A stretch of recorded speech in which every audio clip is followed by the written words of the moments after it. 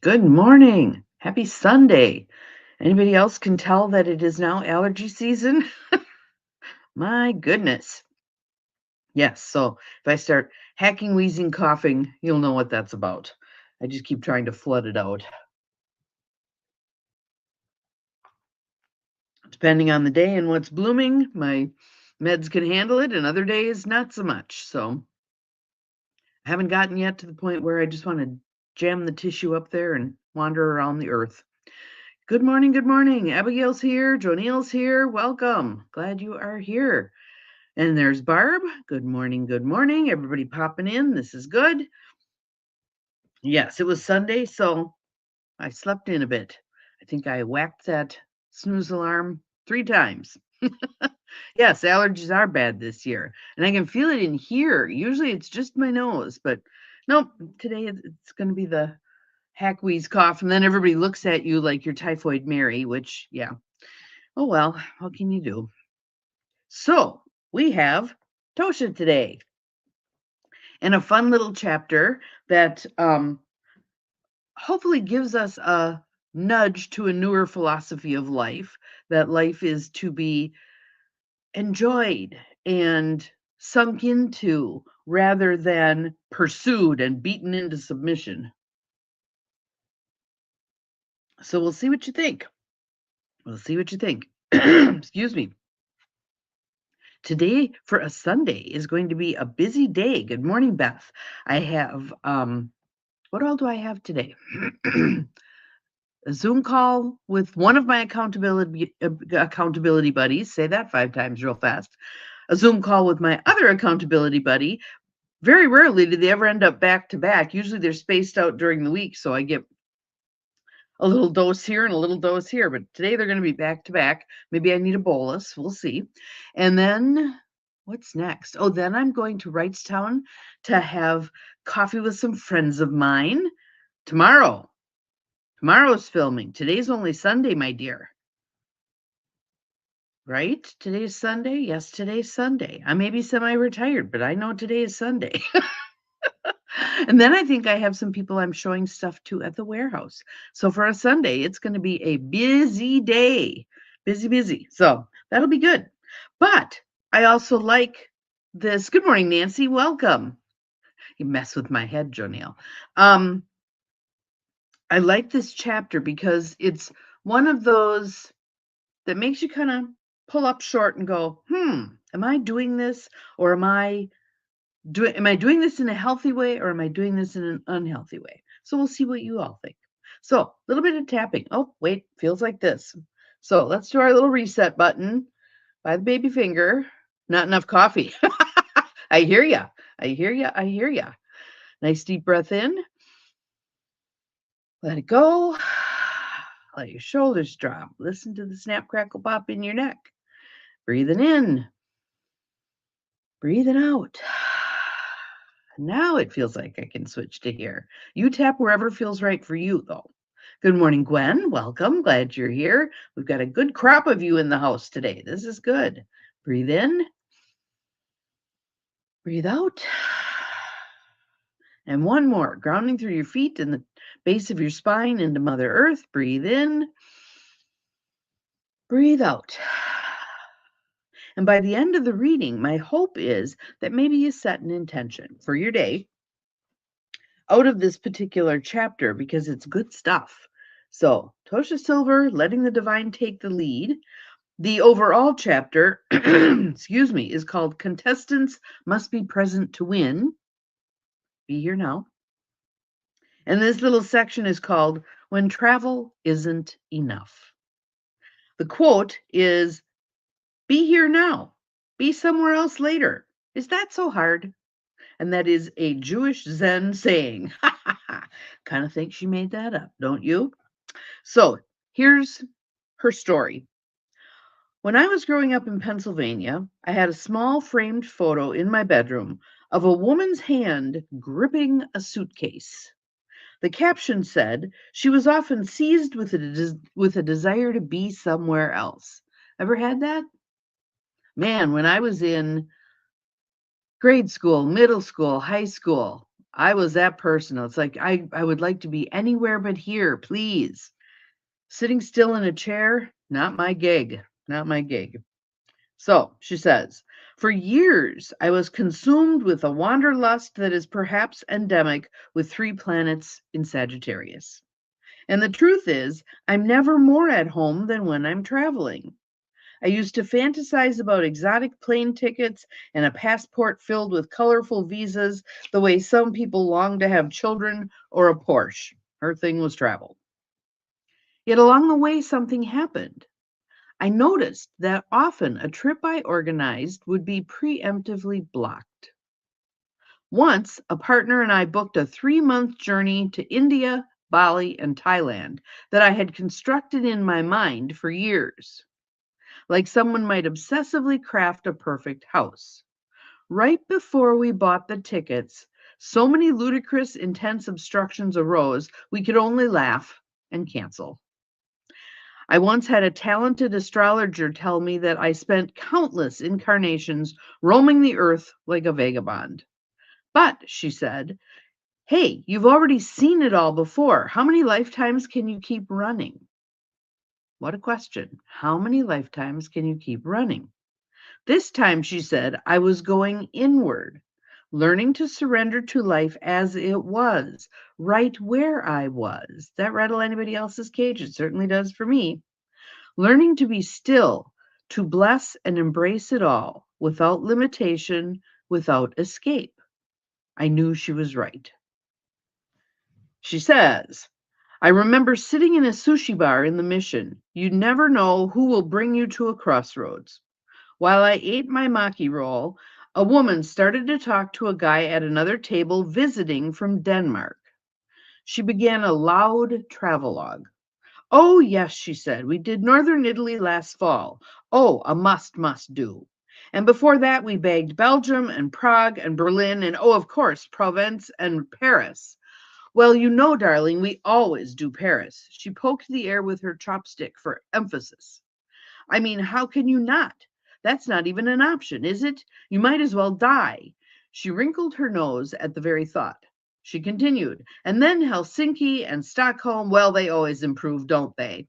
A good solid B plus, I'd say. And oh, my dear, the tapas in Barcelona. As the young Dane tried to politely listen, his eyes glazed over, and the woman went on, and on, and on.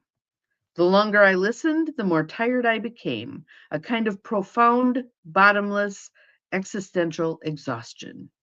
I felt I might drown right there in weeby sushi, face down in my miso soup for the sheer futility of it all. This woman's relentless chase of the world's mirages left me utterly, thoroughly spent. I mentally thanked her as I got up to leave. I paid my bill and stepped into the music of Valencia Street, giddy with nowhere to go and nothing to see.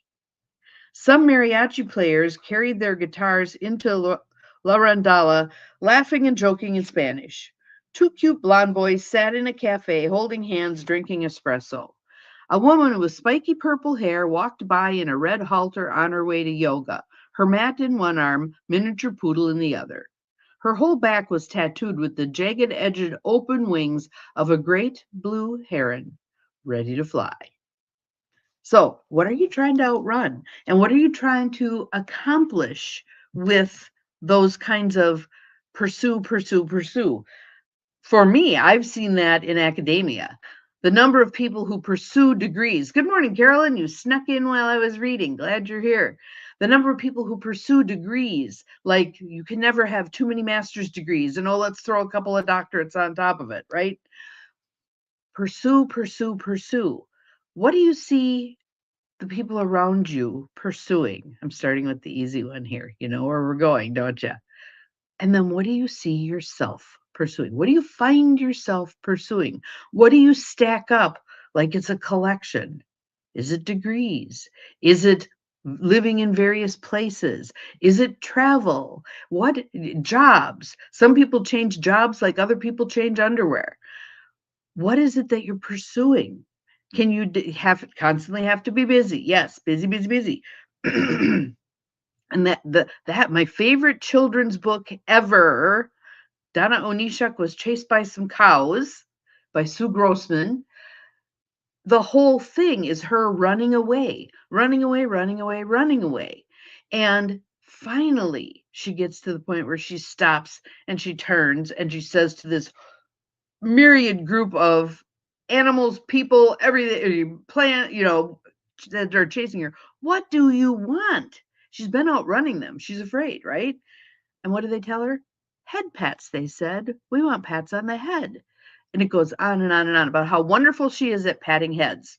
And so they all want their head patted. But being afraid of it and outrunning it, or being obsessed by it and pursuing, pursuing, pursuing. I think there's a difference, though, between the things we want to, I'm going to use the word accomplish. I try to avoid that word these days. But having a narrow enough focus that one can take the steps necessary to accomplish something one wants to accomplish. Intentional community, anybody? Interestingly, I have found recently that I'm far more willing to put it out there.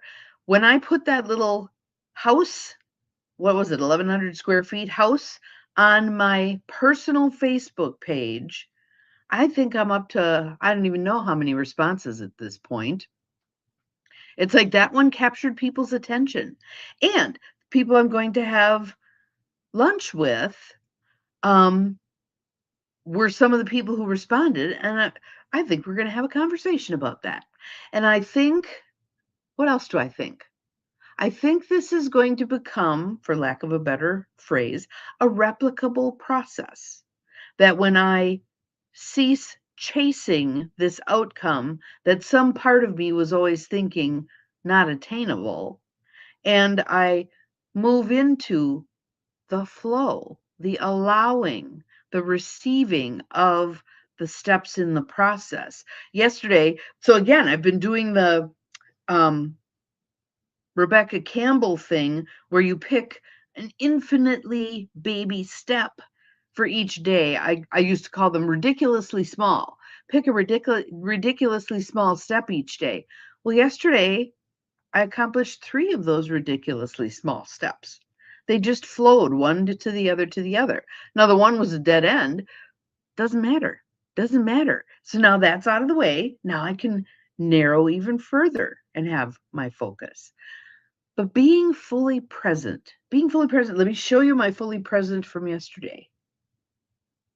I got to turn around so you can see some of the purple. Purple, yellow, white. I thought they turned out very pretty together. But I was sitting here looking and knowing that the tulips had opened yesterday. Finally, the hyacinth smells fabulous. But that they had opened. And am I going to do what Barbara's saying there, being constantly busy, or am I going to have some life? So I grabbed my shears and I went out and cut off a hyacinth and 1 tulip and put them in my little ikebana vase, and they're sitting right here on my desk.